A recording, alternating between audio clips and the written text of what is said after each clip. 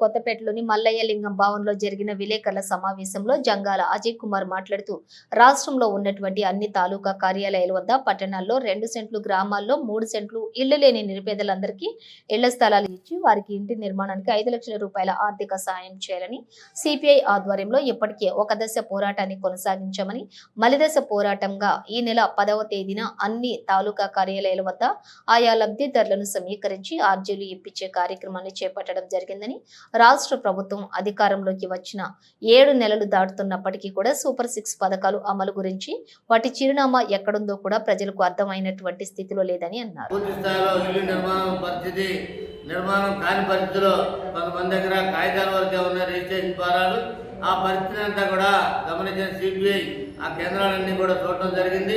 అక్కడన్నీ కూడా అసంతృప్తిగా పనులన్నీ నిలిచిపోయి అక్కడి నుంచి వాళ్ళ ఆందోళన ఫలితంగా ఏదైతే మరి 2 సెంట్లు మరి పట్టణాల్లో ఇవ్వాలని 5 లక్షల రూపాయలతోటి నిర్మాణం చేయాలని జగన్మోహన్ రెడ్డి గారికి మరి సూచించాం.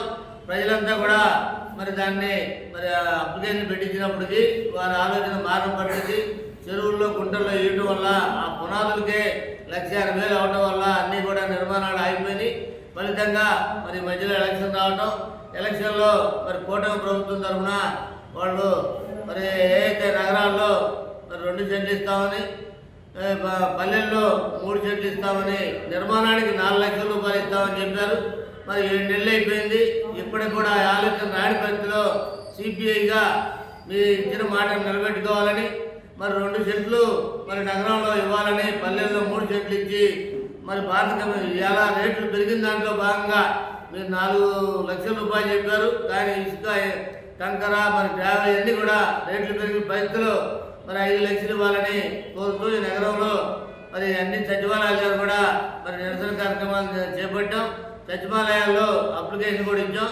వారందరినీ మరి సమీకరించి రేపు 10వ తారీఖున ఎంఆర్ఓ కార్యాలయం దగ్గర ఏదైతే శంకరల సెంటర్లో మరి నిరసన కార్యక్రమం నిర్వహించి మరి ఎంఆర్ఓ గారికి అప్లికేషన్ కూడా ఇచ్చే కార్యక్రమాన్ని సిపిఐ నగర సమితిగా నిర్వహిస్తా ఉన్నాం. దాన్ని దృష్టిలో పెట్టుకొని నగరంలోని ఎవరైతే లబ్ధిదారులు మరి కావాల్సిన వాళ్ళు, అట్లాగే అప్లికేషన్ పెట్టుకున్న అర్జీదారులంతా కూడా మరి 10వ తారీఖున మీ దగ్గర ఉన్న అప్లికేషన్ తీసుకొని ఎంఆర్ఓ ఆఫీసు శంకరల సెంటర్కి 10వ తారీఖు ఉదయం 10 కల్లా మీ అందరూ కూడా రావాలని మీ ద్వారా కోరుతా ఉన్నాం. ఏ నగరంలో కానీ, ఏ జిల్లాలో కానీ ఆయా ప్రాంతాల్లో ఉన్నటువంటి ప్రజలకు సరిపోయే పద్ధతుల్లో పారిశుద్ధ్య కార్మికుల సంఖ్య లేదు అనేటటువంటిది నిర్వివాదాంశం. దాన్ని పెంచి పారిశుద్ధ్యం మెరుగుదల చేయాలనేటటువంటి ఆలోచన లేదు. అలాగే 2 లక్షల పైచిలుకున్నటువంటి యువత వాలంటీర్లు చంద్రబాబు నాయుడు గారు ఎన్డీఏ బహిరంగ సభల్లో పదే చెప్పాడు. వాలంటీర్లందరినీ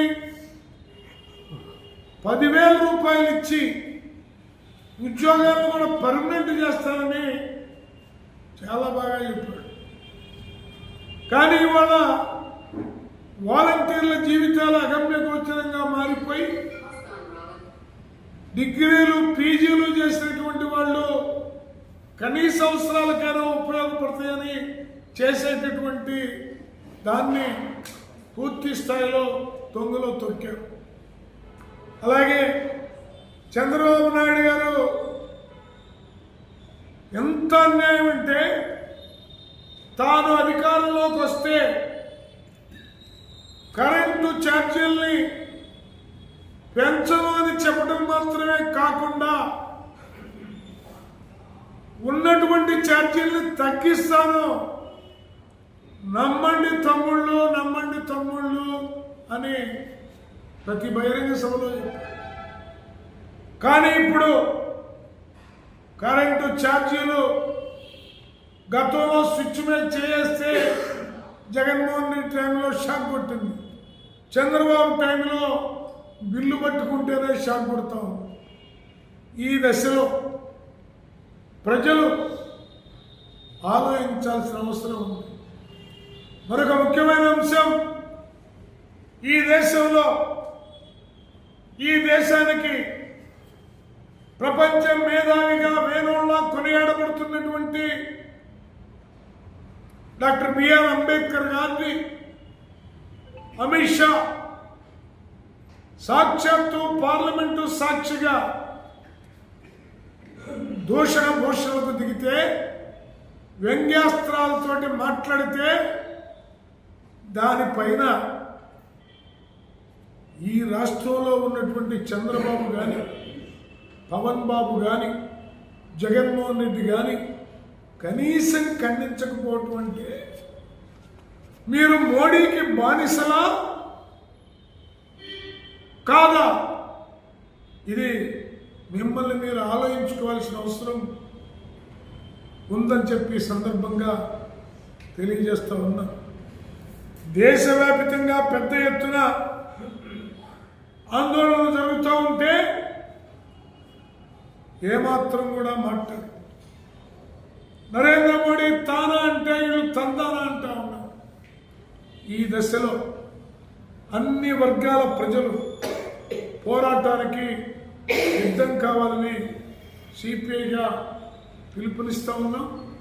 దీంట్లో లేకపోతే మన దేశంలో పెట్టుబడిదారుల పరమైపోయి గతంలో బ్రిటిష్ దొరలు ఎలా దోచుకున్నారో ఈరోజు నల్ల దొరలైనటువంటి ముఖేష్ అంబానీ, గౌతమ్ అదానీ లాంటి వాళ్ళు దోచుకొని పీల్చి పిప్పి చేస్తున్నటువంటి స్థితి నుంచి ప్రజలు పోరాటాలకి 2025 మొత్తం పోరాడి మన లౌకిక రాజ్యాంగాన్ని, మన ప్రజాస్వామ్యాన్ని, మన రాష్ట్రాన్ని, దేశాన్ని రక్షించుకోవడానికి ముందుకు రావాలని విజ్ఞప్తి చేస్తాము.